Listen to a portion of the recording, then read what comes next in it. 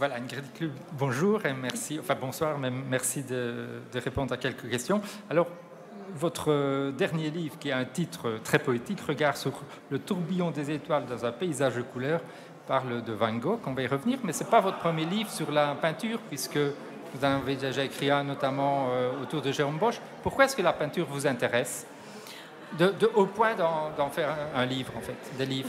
Oui, alors je crois que j'ai plusieurs passions et deux d'entre elles sont la lecture, l'écriture certainement aussi, mais aussi la peinture qui date de mes études.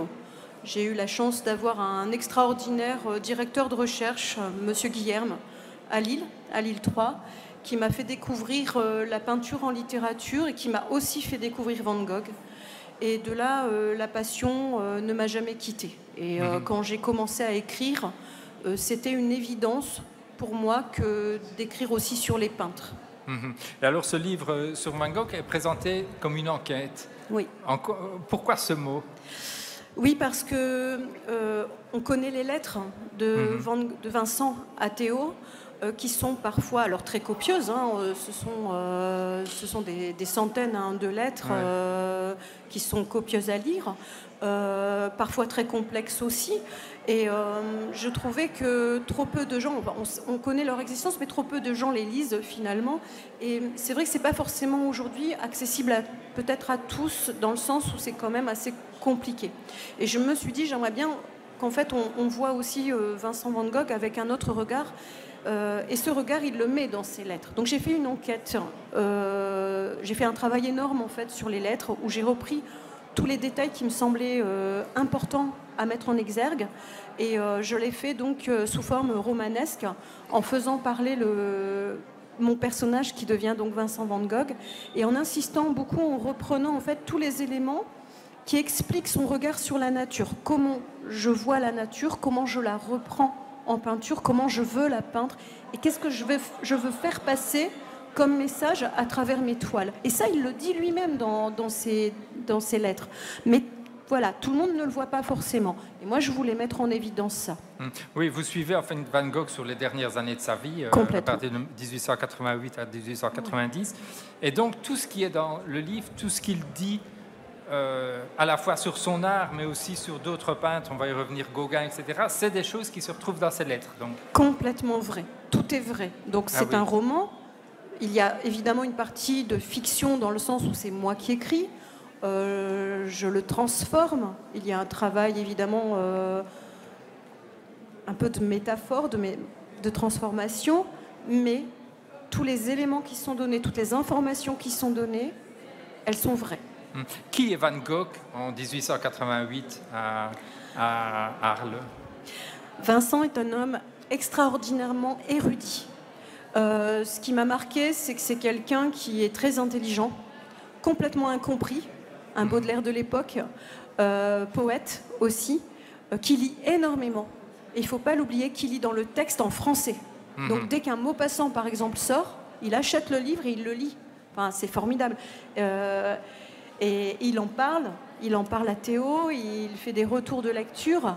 Oui, c'est quelqu'un d'extraordinairement intéressé par la littérature française et qui connaît énormément de choses. Et au niveau pictural, où en est-il dans son œuvre à ce moment-là? Est-ce qu'il a déjà une grande œuvre derrière lui ou bien elle est vraiment devant lui, à venir? Pour lui, jamais. Il n'est jamais satisfait. Il adore les impressionnistes.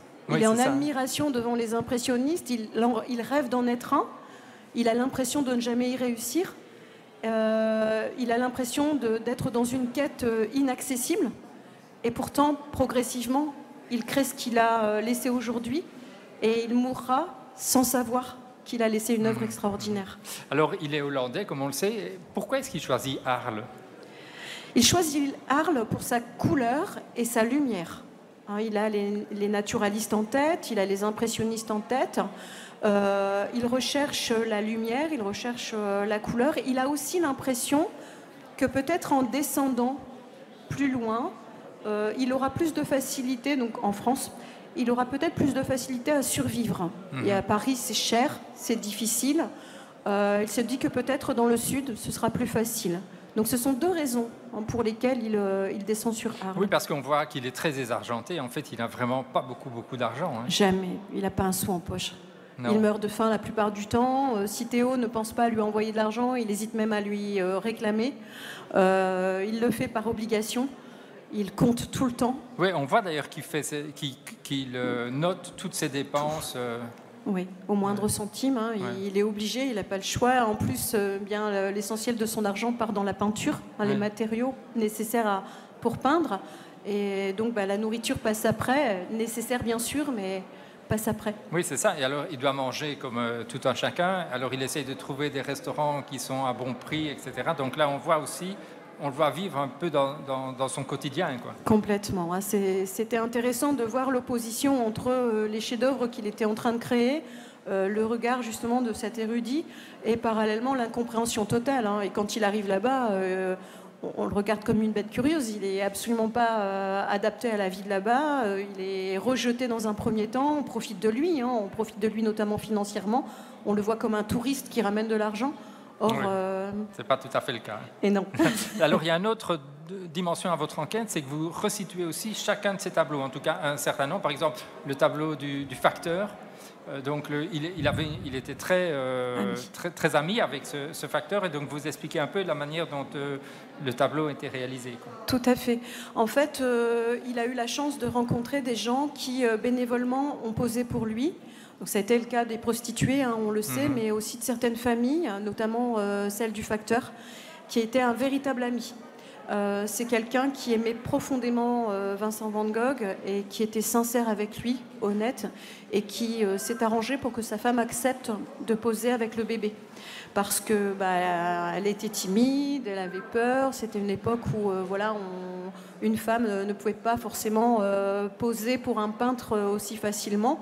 Ou était mal vu, et c'est le facteur qui a accepté de convaincre sa femme de poser pour lui. C'est ça. Et vous en faites vraiment de Vincent un personnage de roman, parce qu'on le voit dialoguer, même des choses de la vie courante. Je veux dire, il ne parle pas que de choses importantes, etc. Il y a vraiment toutes les choses qui fait notre quotidien, quoi. Oui, je voulais montrer aussi les difficultés qu'il avait eues à survivre, à peindre, voir sa foi en la peinture. Il y a cru jusqu'au bout, c'est ce qui l'a sauvé, c'est ce qui l'aidait aussi quand il était enfermé, puisqu'il était dans des cellules parfois, et toujours avec des médecins très altruistes, hein, qui l'ont toujours laissé peindre, heureusement, mais les complications aussi que ça engendrait. Ouais, je voulais le montrer. Un personnage qui intervient, c'est Gauguin. Alors, ils veulent faire venir à Arles, et on voit que ça ne se passe pas très bien. Mais pourquoi est-ce qu'ils veulent faire venir à Arles, en fait ? Alors, Gauguin avait besoin d'argent. Son rêve, à lui, était de partir à l'étranger, pas rester en France du tout. Ce qu'il fera de toute façon après. Ouais. Dès le départ. Ouais. Il osait le dire même au départ. Il avait refusé les invitations de Théo, hein, qui a invité donc, ce peintre peut-être à peindre avec Vincent. C'est Théo qui faisait l'intermédiaire. Vincent était en admiration devant Gauguin, et il rêvait, hein, de faire cette maison jaune, cette maison où des artistes vivraient ensemble. Oui, il veut faire ce que vous appelez un phalanstère. Hein. Complètement. Ouais. Et ça s'est très mal passé parce qu'en fait, Gauguin n'a jamais voulu descendre sur Arles. Ça ne l'intéressait pas. Et comme il avait besoin d'argent, Théo lui a proposé un arrangement. Tu descends, je t'achète des toiles. Ah ouais. Je te vends tes toiles. Donc il y avait quelque part une malhonnêteté, puisque Gauguin a menti à Vincent, l'a trahi. Ouais. De toute façon, Vincent s'est senti trahi parce que Gauguin n'est pas descendu pour son amitié. Il ne voulait pas de ce qu'il lui offrait. Il voulait juste un pied-à-terre à un moment donné pour que financièrement il se remette à flot et puisse partir à l'étranger comme il le souhaitait. Et d'ailleurs, ensuite, il est parti sur Tahiti. Ouais. Mais d'ailleurs, on voit que lui, il n'aime pas beaucoup la région, il n'aime pas la ville. Enfin, vraiment, ça n'intéresse pas. Et alors, ça crée aussi rapidement des tensions. Il ne restera pas très longtemps, finalement. Voilà, ça va créer très vite des tensions parce que Vincent, qu'il met sur un piédestal, qui est en admiration devant son travail, Gauguin, en fait, ça l'agace. Il n'a pas vraiment d'amitié sincère, en tout cas pour Vincent. Et Vincent, progressivement, va ressentir une sorte d'infériorité et va très mal le vivre. Et il va se rendre compte aussi que Gauguin n'est pas venu pour lui. N'est pas venu avec les mêmes espérances, les mêmes objectifs que lui. Et donc forcément, il va y avoir une grosse dispute avec une crise qu'on connaît très bien, puisque à ce moment-là, Vincent se coupe l'oreille et ne s'en souvient pas. Donc, Et alors, à un moment donné, il va être interné à Saint-Rémy. Pourquoi est-ce qu'il est interné, en fait? Donc, il n'a pas le choix. On le trouve à travers ces crises. On le ressent comme un fou, en fait, là-bas. Et beaucoup de voisins ou d'Arlésiens ne comprennent pas, en fait, cet individu qui se promène dans la nature avec sa peinture, ses chevalets. En plus, à l'époque, les peintres ne se promènent pas encore vraiment dans la nature. C'est assez nouveau avec les impressionnistes. Donc on le prend pour un fou complètement. Et quand il fait les crises, on a peur. Les gens ont peur. Et il va y avoir une pétition qui va être signée par des voisins pour l'interner au départ. Oui. Et vous mettez donc, vous voyez ça du point de vue de Vincent, qui lui ne comprend pas, en fait. Non, Vincent ne comprend pas, parce que c'est quelqu'un, en fait, de bon, profondément gentil, qui ne comprend pas du tout pourquoi on a peur de lui, qui sait qu'il a des crises, oui, mais qui n'est pas dangereux. En tout cas, il en est, lui, persuadé. Sauf pour lui-même, peut-être, puisqu'il se coupe l'oreille. Pour lui-même un peu, dans le sens où, sur une de ses crises, il avale de la peinture, par exemple, avec tous les produits néfastes pour le corps, donc c'est pas très sympathique. Je crois qu'il ne se rend pas vraiment compte, en fait, qu'il est dangereux pour lui-même.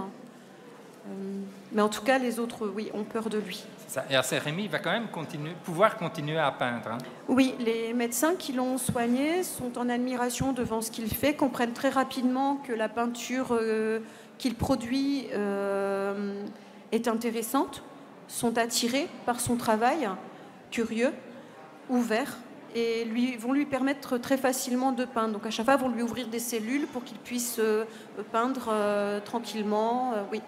Et à ce moment-là, Théo, que dit-il? Ou que fait-il? Théo est malheureux parce qu'il n'arrive pas à vendre les toiles parallèlement. Vincent lui envoie des toiles régulièrement.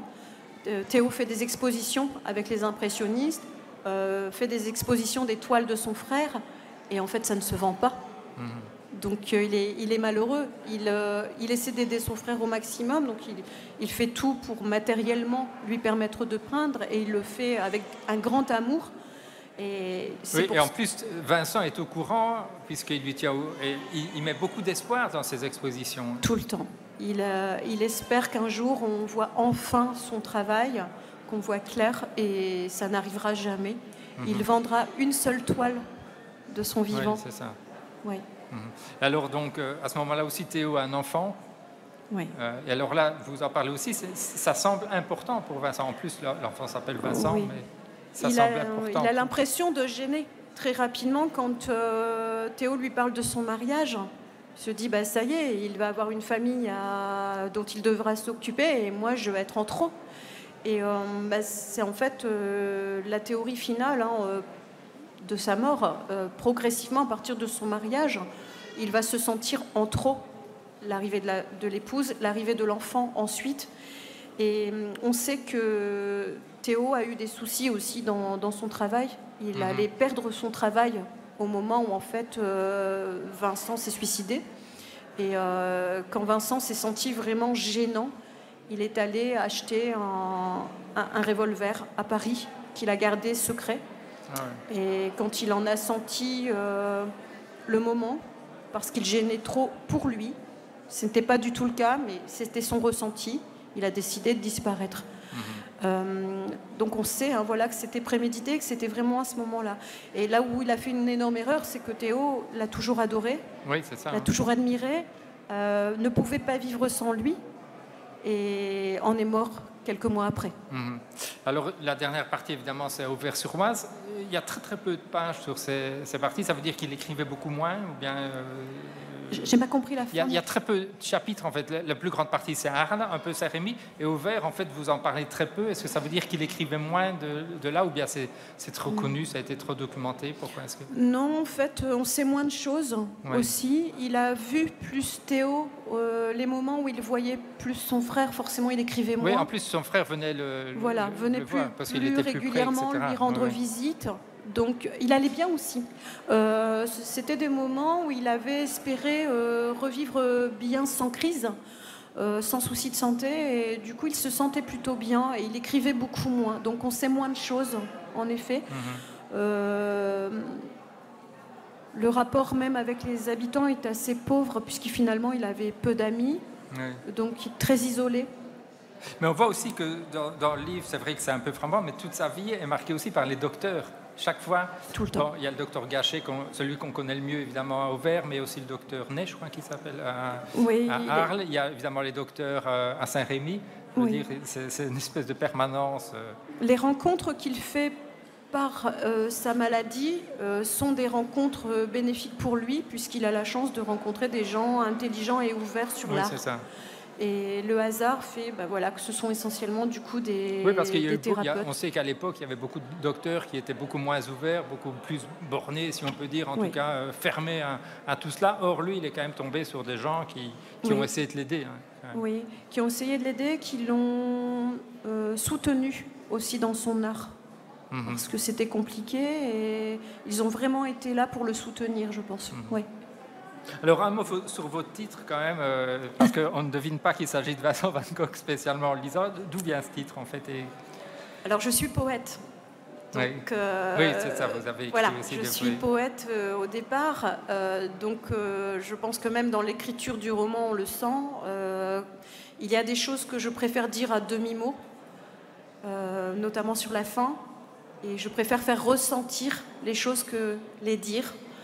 Et ce titre réfère justement à la fin du roman, aux dernières toiles. Il faut savoir que Vincent avait un rêve, il voulait peindre un poète. Il voulait réussir à peindre un poète. Et il l'imaginait au milieu d'un ciel bleu étoilé. Et c'était quelque chose qui revenait régulièrement. Il a eu du mal à le faire, il l'a fait. Il a eu du mal à réaliser ce projet. Et c'est quelque chose qui est resté autour de lui jusqu'à la fin de sa vie. Et voilà, je voulais référer à ce souhait de sa part. Et ce poète, finalement, c'est un peu lui-même. Donc à travers ce titre, j'ai l'impression d'y voir son propre regard. Et on le retrouve dans le choix de ses toiles, dans les couleurs, dans les tourbillons. Oui, c'est ça, couleur, c'est le dernier mot, mais c'est un mot qui traverse tout votre livre. Parce que pour lui, c'est ce qui est le plus important, c'est les couleurs. Le plus important, la couleur.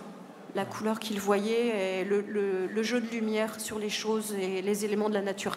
Et ça, donc, il en témoignait dans ses lettres, parce que c'est vrai que c'est extrêmement présent dans votre livre. Oui, il le dit lui-même, il le précise lui-même. Il explique dans le détail, il se répète beaucoup là-dessus, le choix de la façon dont il utilise la couleur et la lumière qu'il a devant lui dans les paysages.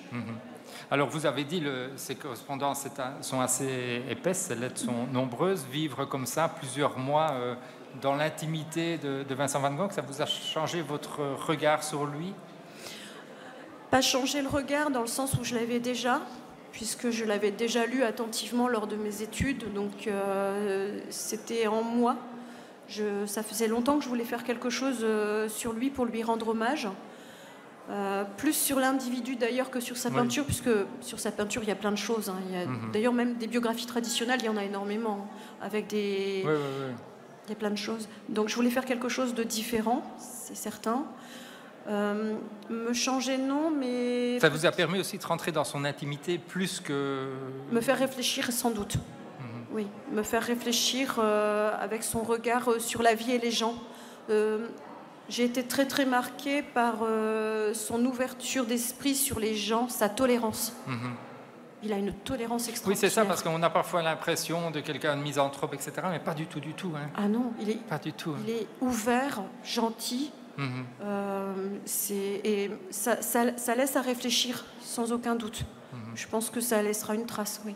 Vous avez vu les différents films qui ont été... Certains. Celui de Piala, celui de Minelli, etc. Oui. Ça vous a plu, par rapport au Van Gogh que vous connaissez, vous y retrouviez ou pas vraiment? Alors je comprends, mais je regrette aussi qu'on cherche quelquefois... Alors je comprends parce que l'artiste va chercher à le faire. On le voit beaucoup dans les romans historiques. On va chercher à prendre une faille et à la remplir, à la combler par une invention. Et ça a été beaucoup fait, à la fois au cinéma et dans les romans ou les romans biographiques sur Van Gogh, où on cherchait à comprendre certains gestes de sa part. Je pense notamment à son suicide, où on a fabulé énormément. Je le comprends, en même temps, je ne le retrouve pas. Pour avoir travaillé et fait beaucoup de recherches, ce n'est pas l'image que j'ai du peintre. Après, voilà, c'est un choix, c'est un plaisir aussi. Pour être romancière par ailleurs, je comprends tout à fait le plaisir qu'on peut avoir, soit à l'écrire, soit à le lire. Mais je ne retrouve pas mon Van Gogh à moi. Mais ce livre vous a permis aussi peut-être de redécouvrir ces peintures, puisque vous en parlez longuement et vous expliquez leur genèse pour toute une série d'entre elles. Donc ça vous a peut-être amené à les re-regarder autrement, peut-être.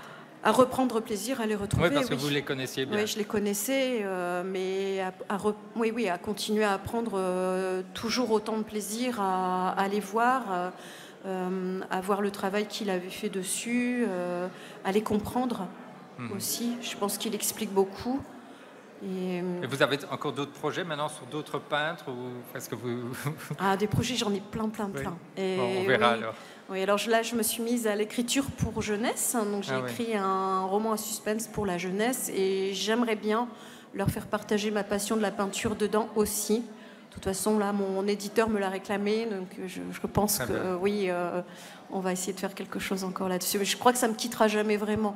Même si j'alterne aussi avec des choses sur la littérature. Il y a d'autres projets qui naissent, mais la peinture va toujours revenir, je pense. Parfait. Mais écoutez, merci beaucoup. On peut vous retrouver à Maison de la Presse, c'est ça? Tout à fait, sur le stand de la Maison de la Presse. Pour faire dédicacer. Voilà, merci beaucoup.